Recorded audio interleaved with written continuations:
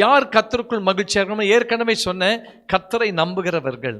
when I trust God, யார் கர்த்தரை நம்ப முடியும்? அவர் பர்சனலா அறிந்திருக்கிறவர்கள், தெரிந்தவர்கள் கர்த்தரை நம்ப முடியும். அவர் நம்பிக்கிறபடினாலே என்ன காரியங்கள் இந்த சூழ்நிலை எப்படி இருந்தாலும் அதை குறித்து நான் முக்கியத்துவப்படுத்த மாட்டேன். நான் அவருக்குள் மகிழ்ந்திருப்பேன்.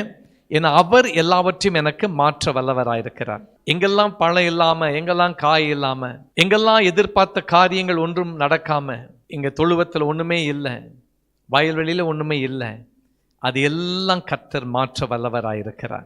ஆனா நம்புவதற்கு ஏதுவில்லாதிருந்தும் நம்பிக்கையோடு நீங்க விசுவாசிங்க. do not be shaken, just trust God. இது உங்களுக்கு நடக்கவே நடக்காது. இத்தனை வருடம் ஆயிடுச்சு, எங்க ஒண்ணுமே பார்க்க முடியலையே. இன்னைக்கு நான் சொல்றேன், நம்புங்க, ஏதோ ஒரு ஆசீர்வாதம் துளிர்விட போகிறது. Standing firmly and trusting God enables us to rejoice in God because God is in control of your life.